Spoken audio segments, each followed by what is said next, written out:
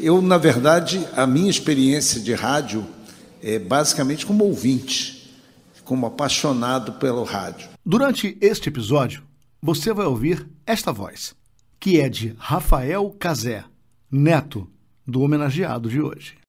Escola de Rádio Retrô, contando as histórias do rádio. Eu sou de uma geração em que o rádio sempre teve uma grande importância, né?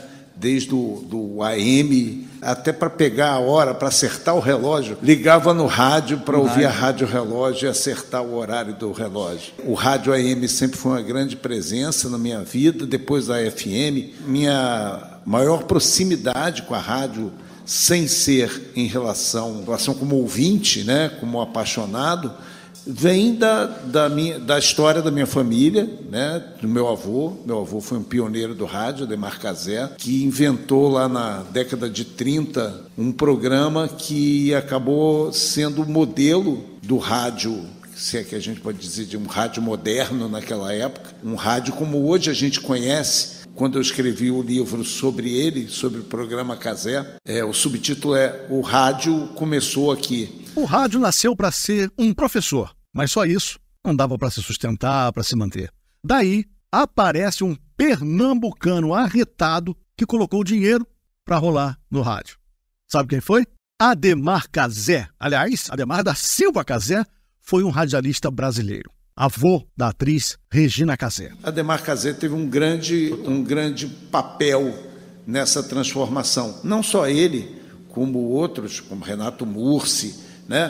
Pessoas que naquela época decidiram inventar um rádio que está vivo até hoje. Ele nasceu em 1902 em Pernambuco e em 1922 chegou ao Rio de Janeiro com nada além da determinação, sem dinheiro. Claro que enfrentou dificuldade, né? Passou fome, dormiu nas ruas, enfim, imagina, né? Mas queria voltar para a terra natal na boa. Dizer para todo mundo que tinha vencido, né, na cidade grande. Aí arrumou um bico para vender terrenos. Não deu certo, porque tinha jogada errada na história e ele não era chegado a jogadas erradas. Daí aconteceu uma coisa que mudaria sua vida para sempre. Imagina o cara, né, Ademar Cazé, andando com fome pelas ruas movimentadas do centro do Rio de Janeiro. Seus olhos, de repente, fixaram numa vitrine e brilhava um aparelho de rádio. O rádio, né? Estava começando, fascinado pela novidade tecnológica, aquele negócio ali na vitrine. Com muito esforço, sacrifício, ele conseguiu, então, adquirir esse rádio, né? Esse objeto desejado. Aí, mostrou para um amigo. Não sei quem foi o amigo.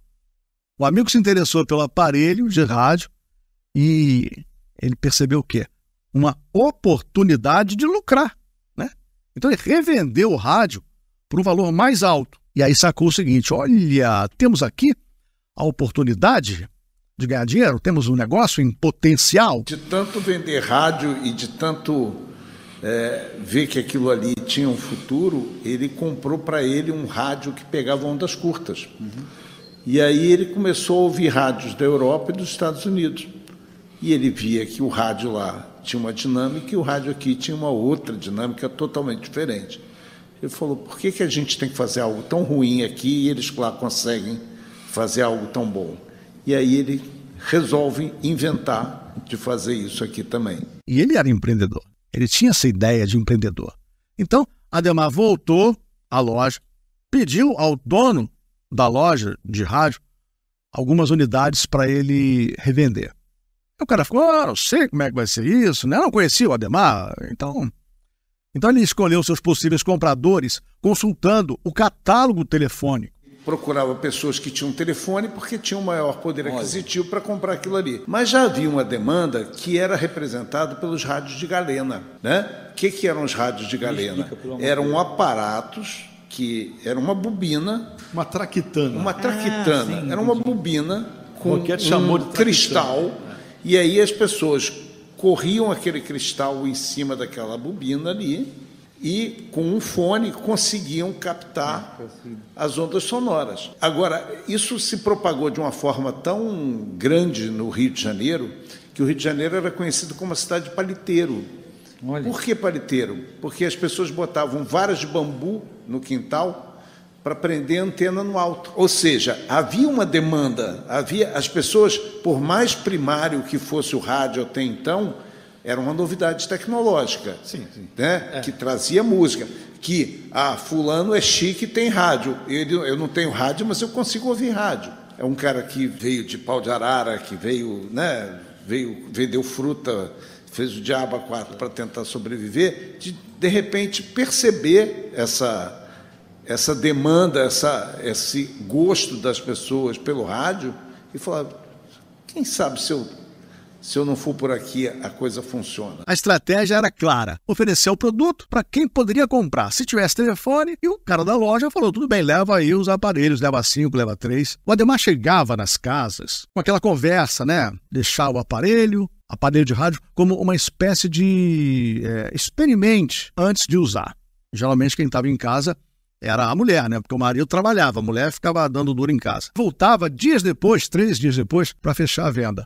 Ou pegar o aparelho de volta, né? Agora, para sua alegria, é claro que ninguém queria devolver o aparelho. Todo mundo, o sucesso do rádio era enorme, estava crescendo cada vez mais. Então, ele sempre conseguia realizar a venda. Quem mandava em casa, na verdade, era a mulher, né? E a mulher já tinha se apaixonado pelo rádio. O marido chegava e falava, não, eu quero isso. E a mulher fala, amor, eu quero. Acabou. Esse amor eu quero detona qualquer coisa, né? Então, vamos lá. Outro detalhe foi o marketing que ele fazia. Mas o marketing era muito legal porque ele deixava o rádio na casa da pessoa e dizia o seguinte, não mexa em nada no rádio, só no botão de ligar. É verdade. Não pode mexer nesse botão aqui não para trocar. A gente hoje sabe, né? Então, na verdade, era o botão de trocar a emissora, trocar a sintonia. Então, falava, não mexa aí não, porque pode quebrar. Se alguém esbarrasse ou mexesse no botão, sairia da estação, aí era só chiado. Ou seja, estava quebrado. O rádio estava quebrado. A dona de casa chorava. E para evitar problemas, o que ele fazia?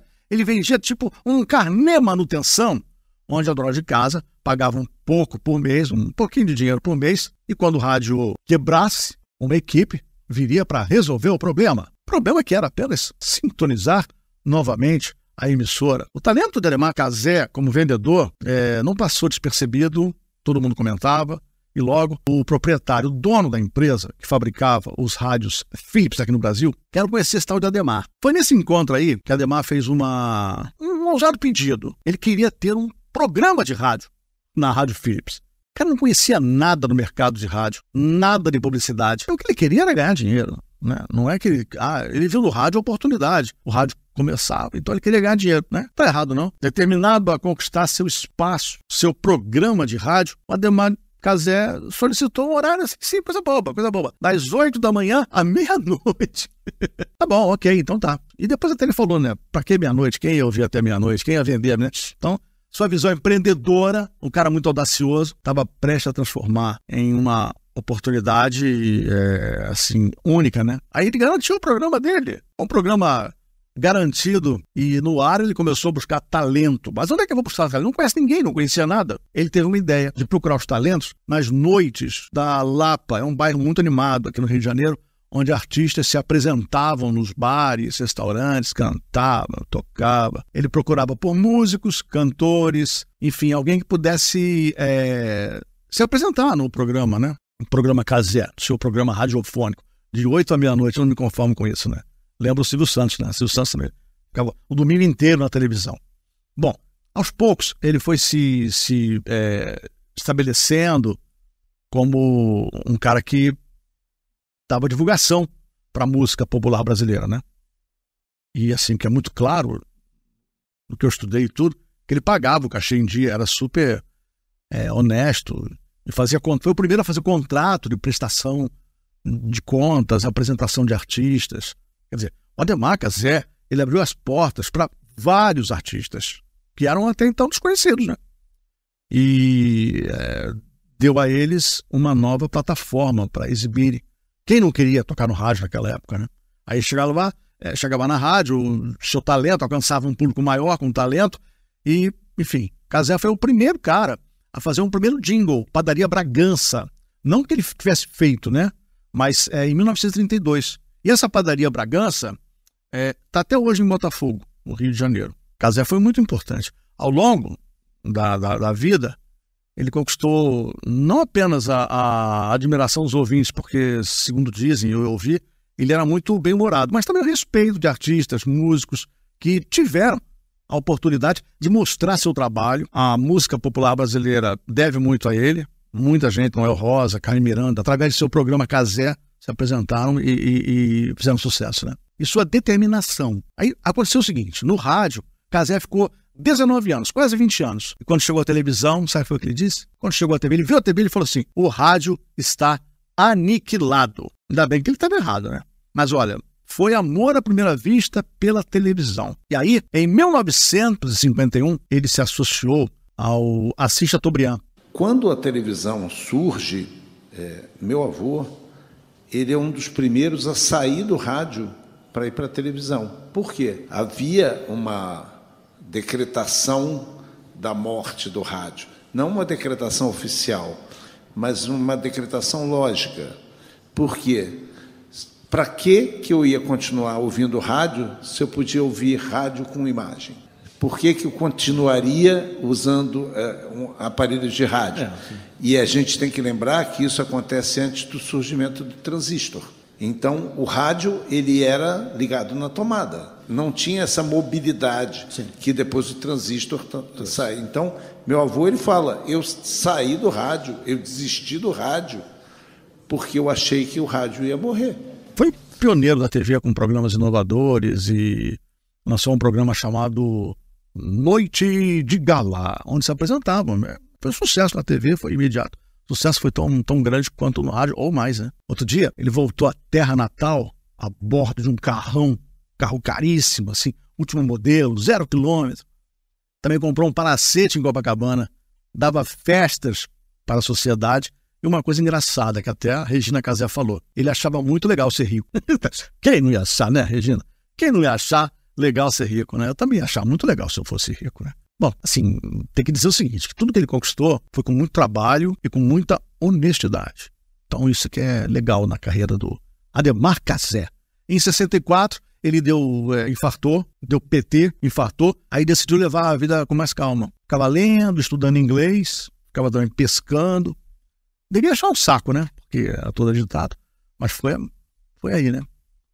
Eu diria que ele viu na comunicação, no rádio e na TV, uma forma de ganhar dinheiro. E aí acabou se tornando um radialista benfeitor, né? Vamos dizer. Sorte do rádio, teve Cazé abrindo as portas. Sorte da gente, né? Teve Adhemar Cazé. Como disse a Regina Cazé, ele poderia ter sido um peão de obras, né? Construindo prédios, casas. Mas deu sorte. E trabalhou muito, colocando em prática tudo que ele criou na cabeça dele. Ele criava na cabeça e ia atrás do sonho. Adhemar Cazé teve um grande papel nessa transformação. Não só ele, como outros, como Renato Mursi, né? Pessoas que naquela época decidiram inventar um rádio que está vivo até hoje. Escola de Rádio Retrô, contando as histórias do rádio.